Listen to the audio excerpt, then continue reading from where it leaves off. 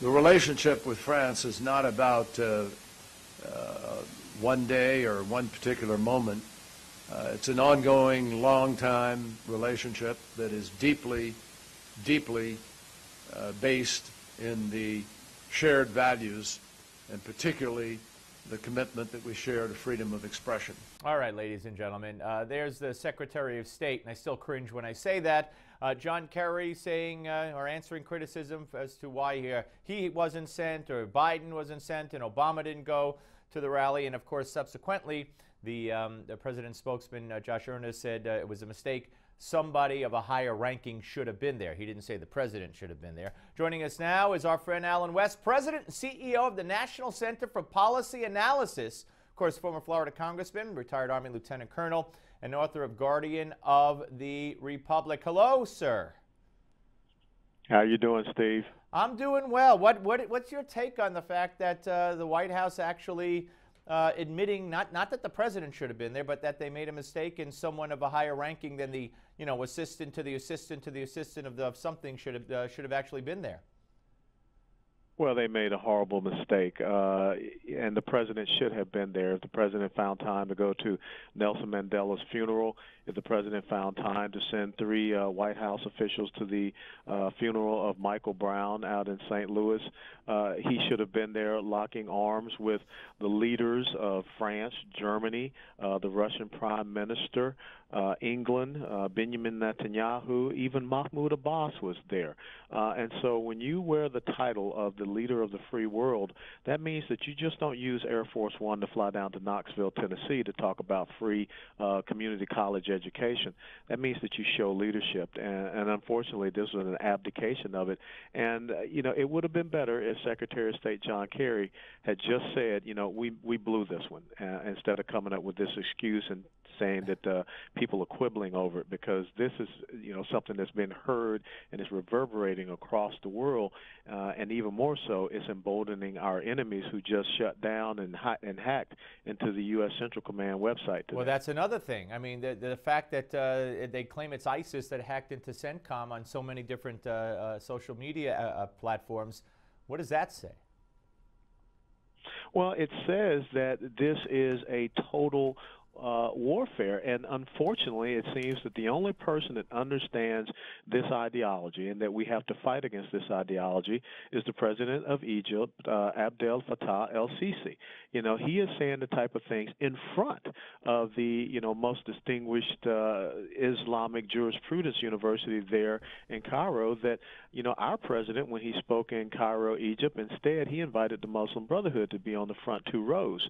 So this is very disturbing and disconcerting what we see happening, that even Eric Holder, when he was pressed on 2 Sunday shows, Stephanopoulos and Meet the Press, Islamic he could not bring himself to say Islamic extremism. They continue to wish away the problem. Nidal Hassan has been convicted and sentenced, and they still classify it as workplace violence. And Congressman, as long as we don't recognize the problem, I mean, how long have we been saying this now? For how many years? As long as we don't recognize the problem and call it what it is, this crazy summit that they're going to have is going to explore the root causes of why this happens. Are you kidding me?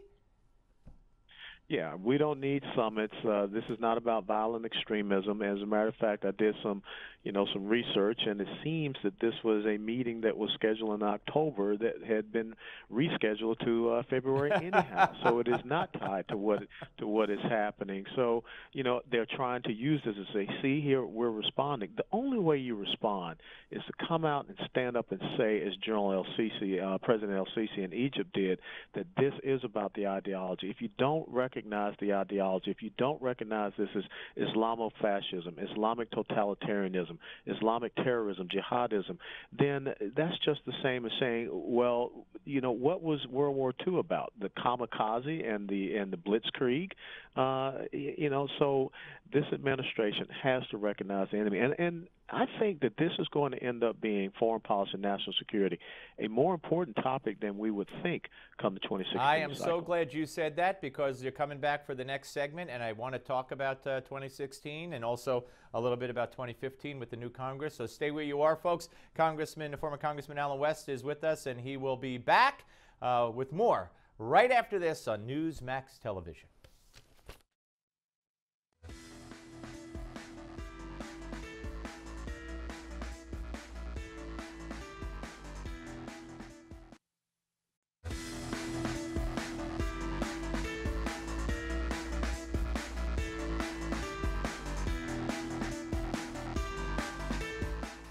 All right, before we get back to Congressman Allen West, former congressman, of course, from the great state of Florida, we want to hear from you. Haven't done this in a while. We have a poll question for you. We want your participation. Question: is President Obama handling Islamic terror properly?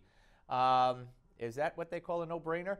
Go to newsmax.com/polls, newsmax.com/polls, and vote now. All right, now we continue with the President and CEO of the National Center for Policy Analysts and, of course, former Florida Congressman Allen West. And by the way, Allen, you're down in the Dallas area, correct, or am I wrong? Yeah, you're absolutely right. Yeah, well, how they taking the Cowboys loss down there? It was rough. I mean, I was sitting with three very stout Cowboys fans, and the emotional roller coaster was way up high and way down What low. a great game. There were so many great games over the weekend. Anyway, let's take something you said, which I think is very interesting and very important, and that is that foreign policy is bound to have much more influence and play a much bigger role in the upcoming 2016 presidency or the elections than foreign policy has in the past. How do you think that's going to affect things? And what about Mitt Romney as well?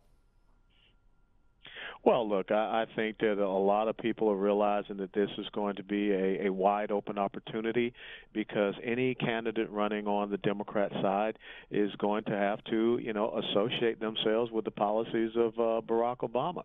And if they try to disregard those policies, well, then that Obama machine is not going to be very supportive of them. And that's why I think you already see a lot of courting of Elizabeth Warren. But, someone is going to have to stand up, and, after this series of church Chamberlain-like decision-making, we're going to need a Churchill type of leader, because there is no strategy right now to, first of all, identify and then to meet the Islamic terrorists on the battlefield and defeat them and bring about their demise. And that's going to be important. We can do all that we can to restore this economy, but if people are afraid about their existence, if ISIS continues to grow and have this reach where, as you saw today, they can come down and hack into the social media account of the United States Central Command. And I just read the report where they have taken 21 Coptic Christian hostages from Sirte, the city in Libya, which, of course, President Obama destabilized that country due to his support of Islamists against Muammar Gaddafi. We're going to be in a world of hurt coming after these 2 years. Absolutely. So Hillary having to answer for this, it's going to be mighty hard for her to separate herself when she was, in bed with the whole foreign policy as Secretary of State, as whether it's Russia or the fight against terrorism or you name it. And so let me ask you, though, about Romney. Do you think he's going to run? And if he runs, I mean, is his campaign slogan, "I was right"?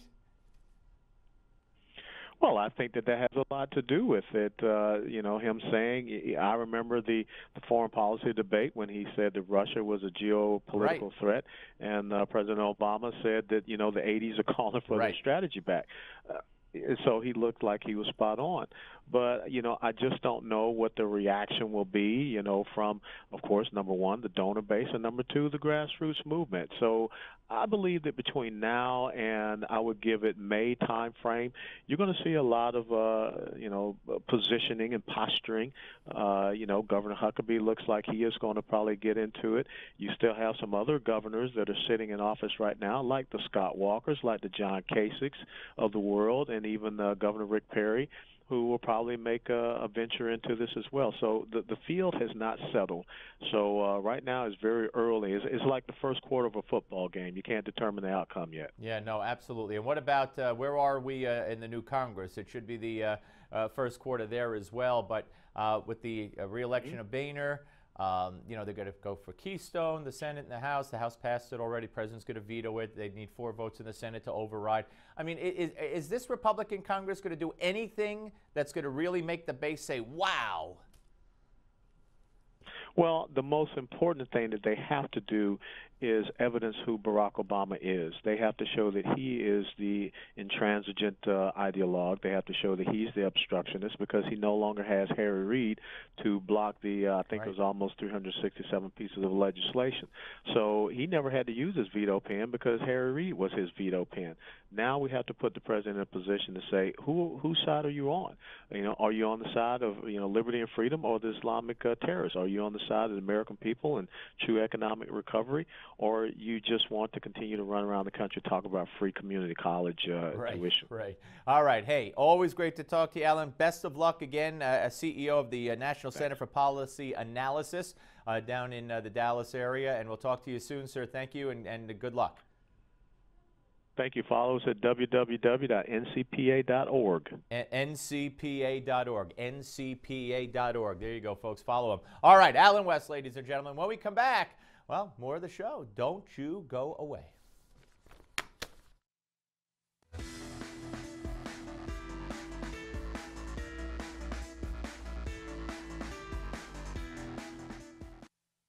Alan,